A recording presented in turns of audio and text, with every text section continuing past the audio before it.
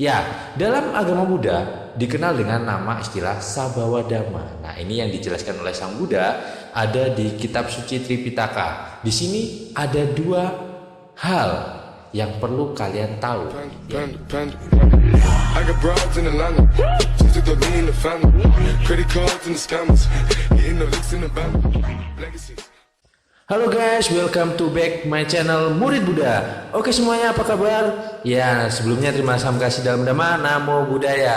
Oke, pada kesempatan video kali ini kami akan menjelaskan mengenai konsep ketuhanan dalam agama Buddha. Oke, tapi sebelumnya marilah kita subscribe, like, dan share ya video ini supaya apa? Supaya channel kita bisa berkembang lagi dan masih memberikan inovasi-inovatif terbaru mengenai ajaran agama Buddha. Oke semuanya, kita akan membahas tentang konsep ketuhanan dalam agama Buddha. Ada yang di sini ada yang tahu tentang konsep ketuhanan dalam agama Buddha? Ya, mungkin ada yang tahu, ada yang kurang, atau ada yang ingin tahu lagi bagaimana sih konsep ketuhanan dalam agama Buddha. Pada kesempatan hari ini saya ingin menjelaskan tentang konsep ketuhanan agama Buddha itu seperti apa. Nah, ayo kita simak. 1, 2, 3. Ya, dalam agama Buddha dikenal dengan nama istilah Sabhawa Dhamma. Nah, ini yang dijelaskan oleh Sang Buddha ada di kitab suci Tripitaka. Di sini ada dua hal yang perlu kalian tahu, yaitu yang pertama adalah Sankata Dhamma. Apa itu Sankata Dhamma? Adalah semua hal yang terkondisi. Ingat, Sankata Dhamma atau semua hal yang terkondisi. Apa itu? Nanti kita akan bahas. Yang kedua adalah Asakata Dhamma atau semua hal yang terbebas dari kondisi. Nah, apakah itu? Nah, kita akan lihat. Ingat, Asankata Dhamma atau terbebas dari kondisi. Nah, kita bahas yang pertama dulu, Sakata Dhamma, Sankata Dhamma. Ya, atau yang terkondisi. Apa aja itu yang terkondisi? Kita harus tahu dulu. Yang terkondisi itu pasti ada perpaduannya. Contohnya apa? Contohnya kita. Coba, mana yang disebut kita? Nah, kita kan perpaduan antara tangan, mulut, bibir, dan sebagainya. Ada perpaduan lagi antara zat cair, zat padat, dan sebagainya. Nah, setelah ada perpaduan ini pasti ada prosesnya. Ini yang dikatakan dengan kondisi, berproses. Ada perpaduan, ada proses. Nah, proses timbul, berlangsung, padam. Nah, inilah yang dinamakan yang berkondisi. Contohnya apa? Energi, alam semesta, hukum tertib, sebab, akibat, dan sebagainya. Oke, ingat yang terkondisi itu ada dua, perpaduan dan proses. Nah, seperti itu. Sedangkan yang terbebas dari kondisi adalah Nibbana. Apa itu Nibbana? Nanti kita lihat. Oke, lanjut saja ke slide selanjutnya. Nah, kita lihat di sini yang terkondisi. Yang terkondisi pasti menimbulkan yang namanya duka atau penderitaan. Nah, ketika ada duka ini, maka seseorang ingin mendapatkan terbebas dari kondisi atau terbebas dari duka supaya tidak mengalami penderitaan atau ingin bahagia. Benar? Nah, pasti kita ingin mencapai terbebas dari kondisi itu, kita pasti ingin. Nah, ingin ini disebut dengan tujuan. Ingat ya, tujuan, sehingga kalian memiliki tujuan hidup di situ. Oke, hakikat Nibbana adalah tidak terkondisi dan terbebas dari loba dosa moha. Ingat ya, di situ LDM itu loba dosa moha, bukan diplesetin. Oke? Nah, di situ ada loba dosa moha sebelah kiri. Ingat, loba dosa moha pasti ada loba keserakahan, dosa kebencian, moha itu kebodohan batin. Pasti hasilnya kalau kita bisa mencapai tujuannya, inginnya apa? Tidak serakah atau tidak loba, tidak dosa, tidak benci, tidak moha, tidak memiliki kebodohan batin. Nah, tetapi untuk apa sih? Untuk terbebas dari kondisi tadi. Nah, dengan praktek apa? Supaya tidak loba, tidak dosa, tidak moha, kita harus mempraktekkan sila, samadhi, dan panya. Nah, ini siapa yang mempraktekkan? Yang mempraktekkan adalah kalian sendiri. Apa itu sila, samadhi, panya? Sila itu adalah moralitas. Samadhi artinya adalah perhatian, konsentrasi, dan sebagainya. Panya adalah kebijaksanaan. Nah, ini semuanya dilatih oleh diri sendiri. Nah, Nibbana itu ada di situ ada tulisan Maha Esa, Maha Suci, impersonal. Apa itu maksudnya? Kita lihat dulu. Next, selanjutnya. Nah, ini definisi ketuhanan. Mengapa mengacu pada Nibbana? Ayo, ada yang tahu nggak kenapa definisi ketuhanan dalam agama Buddha itu mengacu pada Nibbana? Itu kita baca yang A. Karena peranannya sebagai tujuan akhir. Benar nggak Nibbana itu tujuan akhir? Tadi ingat, manusia pasti mengalami penderitaan atau duka atau terkondisinya tadi. Nah, pasti manusia ingin terbebas dari kondisi tadi atau terbebas dari duka. Gimana caranya? Mencapai Nibbana. Nah, itu tujuan akhir kita. Sama dengan peranan Tuhan dalam agama lain. Benar nggak? Kita lihat dulu diagramnya. Nah, mana? 1, 2 diagramnya. Nah, ini kita lihat. Semua agama memiliki tujuan masing-masing. Benar nggak? Nah, Nibbana adalah tujuan umat Buddha. Di sini yang umat Buddha pasti tujuan hidupnya adalah Nibbana. Ingat, Nibbana kenapa? Nanti kita akan bahas nih. Lihat, di situ ada, mohon maaf, umat sebelah, yaitu umat Muslim, tujuannya adalah ke surga. Kristen, Katolik juga ke surga. Hindu itu moksa atau lenyap. Nah itu. Sedangkan agama Buddha beda sendiri. Nibbana. Nibbana itu apa? Yang terbebas dari tidak terkondisi. Nah ingat, terbebas dari kondisi. Atau terbebas dari kondisi. Jadi tidak ada kondisi lagi. Ingat ya, tidak ada kondisi lagi di situ. Nah, nih sifat-sifat ketuhan. Nah, terbebas dari kondisi. Benar nggak? Coba kita lihat. Ingat Pancasila dasar negara. Yang pertama adalah ketuhanan yang Maha Esa. Ingat kata-kata ketuhanan yang Maha Esa. Nah, terbebas dari kondisi, benar nggak? Maha Esa. Kita lihat, Maha Esa itu apa? Merupakan satu-satunya tujuan akhir. Benar nggak Nibbana? Satu-satunya tujuan akhir? Benar. Berarti tidak melenceng pada Pancasila negara. Kita lihat lagi, Maha Suci. Benar nggak? Yang terbebas dari kondisi itu semua terbebas dari loba dosa moha. Benar. Karena Nibbana itu dicapai ketika seseorang sudah melenyapkan loba dosa dan moha. Itu tadi. Lalu kita lihat lagi. Nah, sifat-sifatnya nih. Maaf. Sifat-sifatnya yang kedua adalah bukan pribadi atau impersonal, bukan makhluk ya, bukan suatu pribadi. Benar nggak? Nah, kita lihat. Di Nibbana tidak punya bentuk orang. Benar nggak? Kalau tidak punya bentuk orang. Apakah di Nibbana itu cantik, ganteng, tampan, dan mewah dan sebagainya? Bahenol dan sebagainya? Enggak. Di Nibbana tidak ada itu, tidak mengenal itu. Tidak punya sifat juga orang. Nah, sifat orang apa? Maha pencipta, maha adil, maha penyayang, maha agung. Itu kan semua sifat-sifat orang. Nah, di agama Buddha tidak mempercayai namanya konsep ketuhanan, yaitu memiliki sifat-sifat orang. Jadi di agama Buddha tidak mengenal adanya maha pencipta, maha adil, maha penyayang, maha agung, maha tahu. Kenapa? Karena ketika dia maha pencipta, maka dia masih memiliki kondisi. Ingat, memiliki kondisi. Itu tadi. Nah, selanjutnya hakikat Nibbana nih. Hakikat Nibbana adalah tidak terkondisi. Ingat, tidak terkondisi. Kenapa? Karena di situ sudah terbebas dari loba dosa moha. Itu loba dosa moha, ingat, loba keserakahan, dosa bencian, moha kebodohan batin. Ini sudah terbebas semua. Nibbana itu sudah terbebas. Jadinya yang mencapai Nibbana itu pasti dia maha suci. Kenapa? Karena dia sudah terbebas dari loba dosa moha. Dia maha esa, satu-satunya tujuan hidup. Impersonal, bukan memiliki sifat ketuhanan, memiliki sifat bukan memiliki sifat manusia, tapi dia benar-benar di situ tidak namanya ada kondisi. Bukan pencipta, bukan maha kuasa dan sebagainya.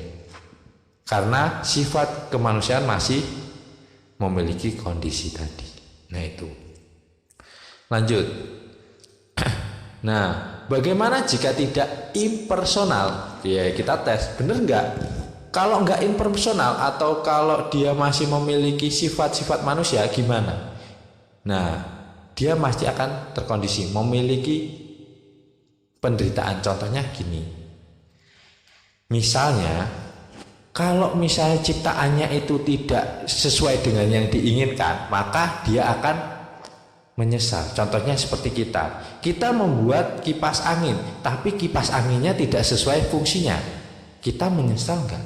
Menyesal, berarti kita masih memiliki penderitaan. Makanya di dalam agama Buddha dikatakan dengan tegas, Tuhan bukan impersonal. Jadi Tuhan tidak memiliki sifat manusia.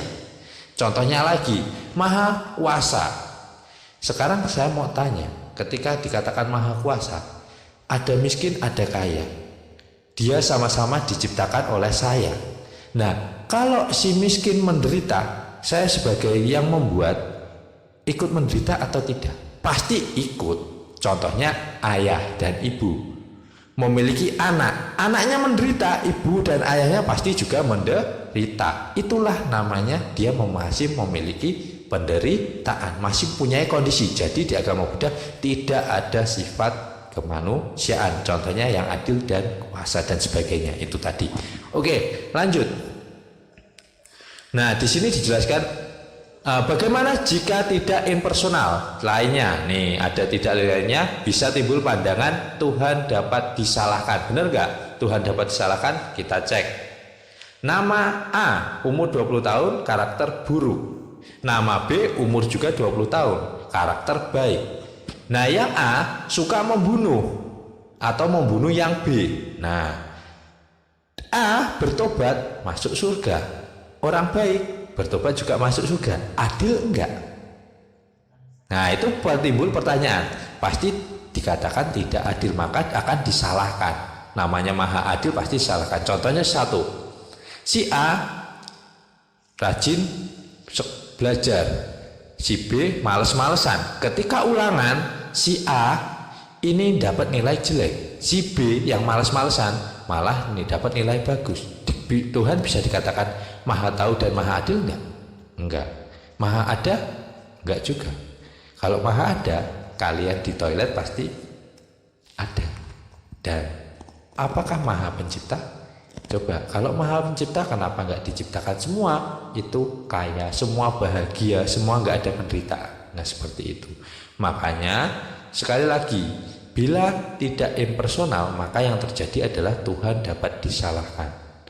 Nah, di agama Buddha tidak mempercaya itu, tidak meyakini itu. Ingat, di agama Buddha ketuhanan itu impersonal atau tidak memiliki sifat manusia. Oke, lanjut. Nah, bolehkah konsep ini ada di agama Buddha ini? Konsep di agama Buddha ini boleh di negara Indonesia? Kita lihat dulu. Tadi saya katakan yang awal, dasar negara kita adalah Pancasila sebagai ideologi bangsa. Maka segala sesuatu harus berdasarkan Pancasila sebagai landasan ideologi atau pandangan hidup. Kita lihat sila yang pertama, ketuhanan yang Maha Esa. Ingat, di situ ada kata-kata ketuhanan yang Maha Esa. Ketuhanan itu bukan Tuhan, bukan sosok seseorang, tapi sifat seseorang. Boleh nggak? Kita lihat. Nah, Undang-Undang 1945 bab 11 pasal 29, negara berdasarkan atas ketuhanan yang Maha Esa. Ingat, ketuhanan berarti di situ impersonal. Yang Maha Esa, satu-satunya tujuan hidup. Berarti boleh kan tadi nibbana satu-satunya tujuan hidup. Nah, itu negara menjamin kemerdekaan tiap-tiap penduduk untuk memeluk agamanya masing-masing dan untuk beribadah menurut agama dan kepercayaan masing-masing. Ingat, syarat agama adalah memiliki tujuan satu-satunya. Nah, agama Buddha juga memiliki tujuan, yaitu tentang nibbana, satu-satunya. Ketuhanan, sifat yang ketuhanan Maha Esa, benar gak? Ada di nibbana. Ketuhanan benar ada. Ya udah.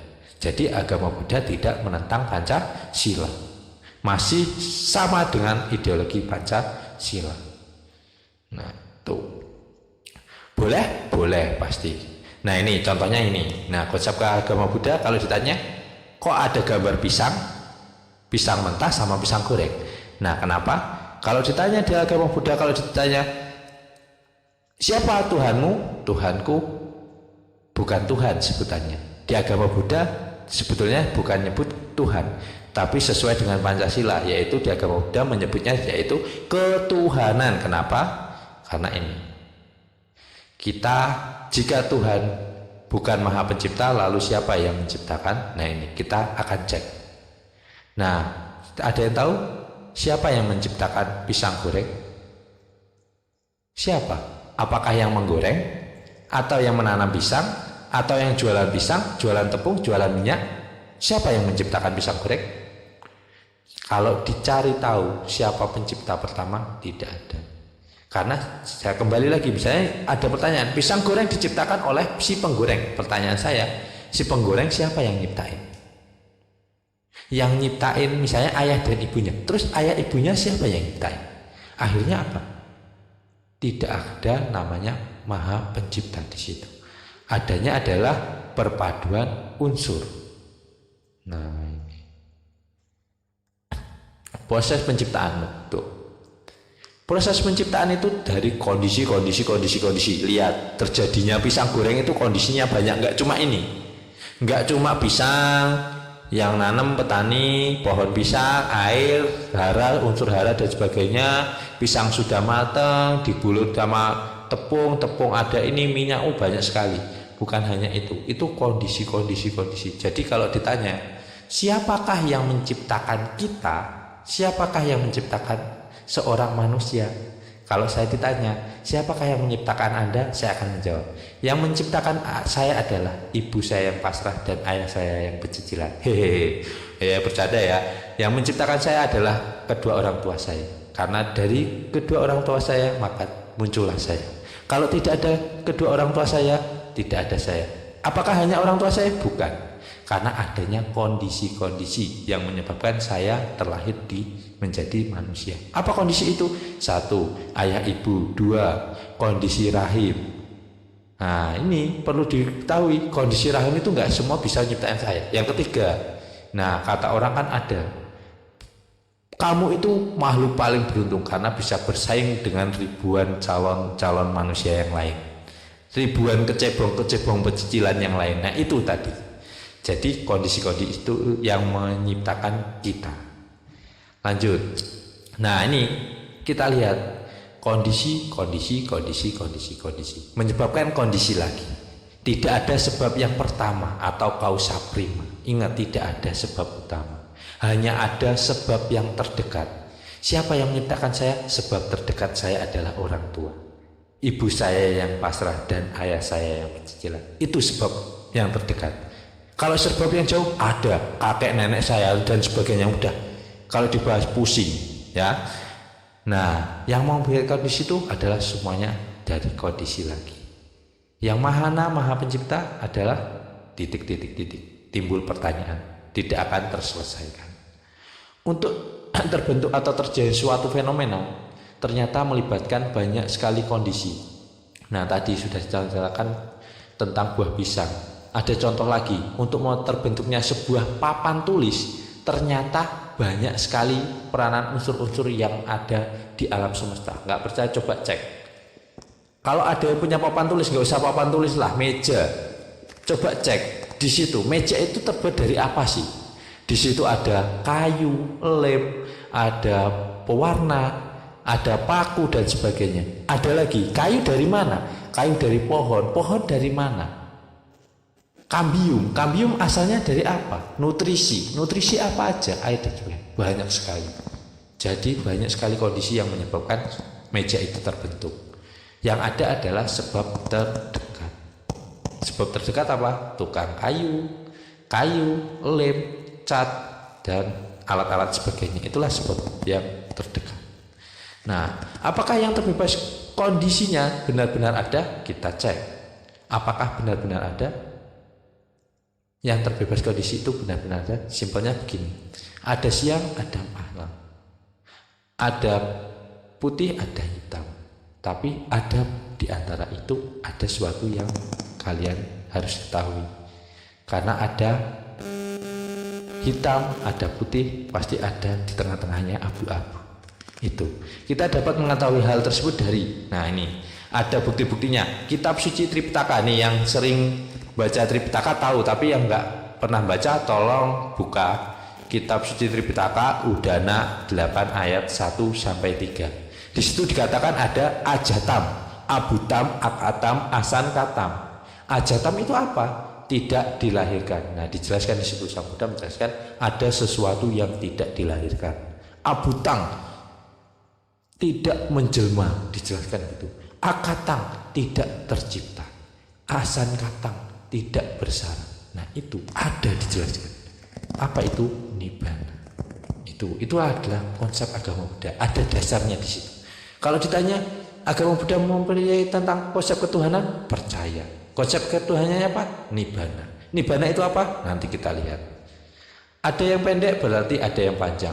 Ada api berarti ada asap. Nah, logika anumana. Melihat yang tidak terlihat dari yang terlihat. Gimana caranya? Melihat hal yang tidak terlihat dari yang terlihat. Contohnya simpelnya gini. Kamu bisa mengatakan malam kalau kamu sudah tahu itu siang. Kamu bisa mengatakan itu hitam kalau kamu sudah tahu itu namanya putih. Tapi kalau kamu nggak tahu itu putih itu hitam, kamu tidak bisa mengatakan itu hitam itu putih. Itu logika. Kamu tidak bisa mengatakan cewek itu cantik kalau kamu nggak pernah lihat cewek jelek. Kamu bisa mengatakan cowok itu ganteng kalau kamu belum tahu cowok yang jelek. Jadi kamu bisa melihat itu dari yang terlihat. Nah, tidak terlihat jadi yang terlihat, gitu ya. Tuh. Lalu merealisasikan langsung nih. Cara merealisasikan langsungnya gimana? Ya, yang belum tahu Dhamma supaya lebih tahu dengan cara apa? Loba dosa mohanya itu dipelajari lagi. Nah, itu dengan usahanya tinggi. Nah, kalau umat awam itu masuknya ke putujana. Sebetulnya umat awam itu sudah tahu. Kalau yang belum tahu Dhamma itu siapa? Yang belum tahu Dhamma misalnya binatang dan sebagainya. Kalau yang sudah tahu Dhamma itu kita manusia. Dhamma itu bukan milik agama Buddha, tapi Dhamma itu universal. Semua orang tahu Dhamma. Semua orang mengalami itu, proses itu. Ada di mana-mana Dhamma itu. Nah, tapi di situ ada yang umat awam itu taunya gimana? Oh ya, itu Dhamma, tapi belum tentu mempraktekkan. Tapi kalau Sotapanna Sakadagami Anagami, dia tahu Dhamma, dia mempraktekkan Dhamma, dan dia sudah ada yang merealisasikannya. Sedangkan Arahat, dia tahu Dhamma, mempraktekkan Dhamma hingga terrealisasi Nibbana. Nah, itu ada bukti-buktinya. Siapa buktinya? Contohnya begini, Sang Buddha. Apakah hanya Sang Buddha? Enggak, ada 60 muridnya yang sudah membuktikan Nibbana. Siapa lagi? Oh, banyak, enggak cuma 60, ribuan. Ingat, perayaan Magha Puja, berapa yang berkumpul? 1250 arahat. Bayangin, itu yang sudah merealisasikan Nibbana. Apakah hanya itu? Enggak, banyak lagi. Itu yang sudah merealisasikan Nibbana. Di zaman sekarang ada atau enggak? Mungkin ada, tapi kita nggak tahu. Karena yang sudah merealisasikan Nibbana, dia tidak akan sombong, dia tidak akan berkuat-kuat. Oh, saya sudah mencapai Nibbana. Dia nggak seperti itu. Siapa yang tahu? Yang tahu dia yang sudah merealisasikan Nibbana. Contohnya begini, Anda tahu namanya tempoyak gimana? Pasti yang sudah tahu dia akan tahu, tapi yang belum pernah tahu dia nggak akan tahu. Itu perumpamannya seperti itu. Nah, lanjut. Apakah merealisasikan Nibbana sama dengan menjadi Tuhan? Cek. Nah, ini perlu diluruskan. Anda sedang menikmati keindahan bunga. Pernah lihat bunga? Tuh, coba lihat di gambar. Pernah lihat bunga itu indah? Indah. Apakah kalian menjadi bunga? Enggak. Contohnya, apakah ketika kalian melihat cewek? Ceweknya cantik. Apakah kalian jadi cewek yang cowok? Enggak. Seperti itu. Sama dengan merealisasikan Nibbana. Apakah menjadi Tuhan? Enggak. Itu ya, hanya menikmati. Apakah dengan mengalami keindahan aneka bunga lalu menjadi bunga? Enggak kan pasti. Nah, itu tadi jawabannya. Nah, lanjut. Apakah setelah parinibbana makhluk tersebut masih tetap ada? Nah ini, si A ikut kursus bahasa Inggris, lulus, benar lulus. Si B ikut kursus bahasa Inggris, tidak lulus. Si C tidak ikut kursus bahasa Inggris.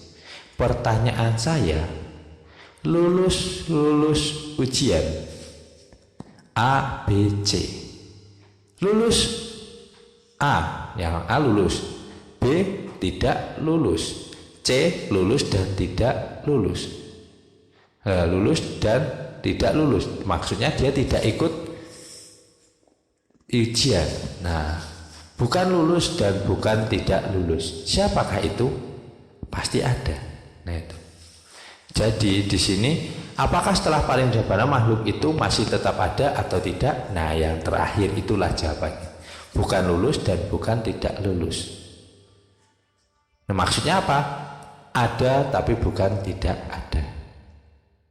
Bukan tidak ada tapi ada. Nah, itu. Mungkin di situ ada yang paham, ada yang tidak. Nah, lanjut. Apakah setelah nibbana makhluk tersebut masih tetap ada? Nih jawabannya. Ada. Nah, coba kita lihat, kalau ada petang, ada terang.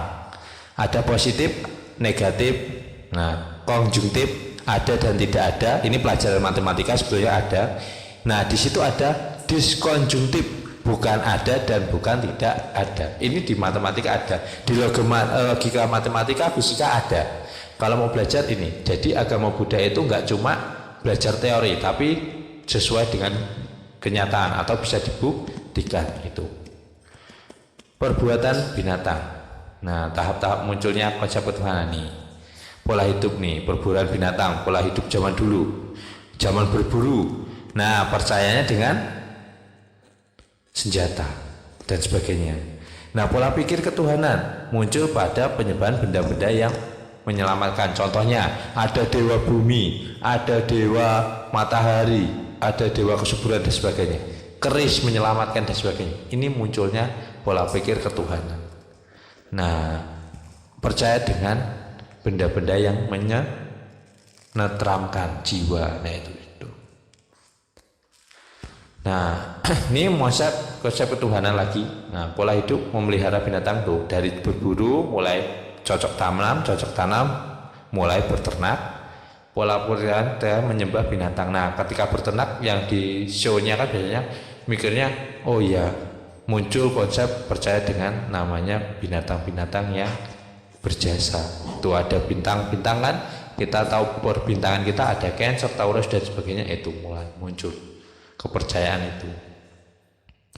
Nah, tahap-tahap munculnya konsep ketuhanan kita bisa lihat nih, pola hidup bercocok tanam tadi yang saya katakan, akhirnya percaya dengan dewi kesuburan, dewi sebagainya. Nah, itu pola pikir ketuhanan menyembah dewi-dewi kan, pola pikir ketuhanannya dia sudah menyembah dewa dan dewi. Itu nih pola hidup industri kecil. Nah, ini pola pikirnya menyembah hal-hal yang gaib. Nah, ini untuk mencari kesugihan dan sebagainya. Ini sudah pola pikir ketuhanan atau oh iya, itu penyelamatku. Hal-hal mistik itu. Nah, nanti muncul industri besar, maka orang-orang akan berpikir pola ketuhanan adalah diri sendirinya adalah Tuhan. Nah, apakah benar? Itu sebetulnya kurang tepat. Jadi di situ akan menimbulkan seseorang itu egois atau tidak mau peduli. Nah, tahap munculnya konsep ketuhanan ini spiritual maju. Spiritual maju adalah bukan aku, bukan diriku, bukan milik. Artinya apa? Dia akan melihat ke dalam dirinya. Apakah ini aku, apakah diriku atau milikku? Bukan semuanya. Itulah konsep spiritual yang maju. Nah, ini konsep keselamatan. Nah, ini yang sering dianut oleh agama-agama yang ada di Indonesia terutama. Itu ada konsep ortodok. Manusia segala sesuatu ditakdirkan oleh Tuhan. Jadi pasrah. Jadi semuanya itu sudah ditakdirkan Tuhan. Manusia sudah nggak bisa apa-apa. Diam pasrah. Nah, itu konsep ortodok. Sedangkan heterodok itu manusia berusaha, Tuhan yang menentukan. Ini banyak yang memiliki konsep seperti ini. Jadi manusia yang berusaha, tapi Tuhan yang menentukan. Nah, independen adalah Tuhan. Manusia tidak tergantung pada Tuhan, tapi manusia itu berusaha dengan semampunya. Maksudnya apa? Kamu mau bahagia atau sedih, yang menentukan adalah dirimu sendiri. Nah, ini nanti kalian sudah bisa mempertimbangkan agama Buddha megang yang mana sih? Kalian bisa tahu. Tuh. Nah, konsep keselamatan heterodok dan ortodok. Nah, ini tadi yang saya katakan, satu pasrah, satu berusaha, tapi Tuhan yang menentukan. Apakah umat Buddha kayak gitu? Nah, heterodok dan ortodok ini merupakan pandangan Buddhisme sama-sama benar karena hanya merupakan proses berbuahnya karma. Ingat, dua konsep tadi, yang satu pasrah, yang satu berusaha, tapi Tuhan yang itu sebenarnya adalah proses karma. Satu hanya karmanya memerlukan sedikit usaha, contohnya misalnya diem aja di rumah, tiba-tiba ada yang ngasih duit. Nah, itu dengan sedikit usaha tapi udah ada yang memerlukan banyak usaha, udah jualan, udah banting tulang tapi belum dapat, tapi akhirnya ujung-ujungnya juga dapat duit. Ada seperti itu. Nah, ini sama-sama benar, cuma itu hanya proses karma. Apakah Tuhan? Nanti dulu. Tuh. Nah, itu tadi mungkin dari sini sedikit pencerahan. Jadi intinya dalam agama Buddha mempercayai tentang konsep ketuhanan. Agama Buddha itu mengacu pada nibbana, tidak terlahir, tidak menjelma, tidak mutlak dan sebagainya. Jadi intinya itu tidak mutlak, tidak menjelma, tidak terlahir, tidak berbentuk dan tidak terciptakan. Jadi konsep agama Buddha ketuhanan itu mutlak, nibbana. Ingat, nibbana itu adalah sesuatu yang mutlak. Apa itu mutlak? Yang nggak bisa diceritain. Kok dipercayai? Hanya bisa direalisasi. Silahkan merealisasi, maka Anda akan tahu konsep ketuhanan dalam agama Buddha. Itu nibbana. Itu. Sekian dari saya tentang konsep ketuhanan. Semoga dapat menambah wawasan. Ingat, jangan lupa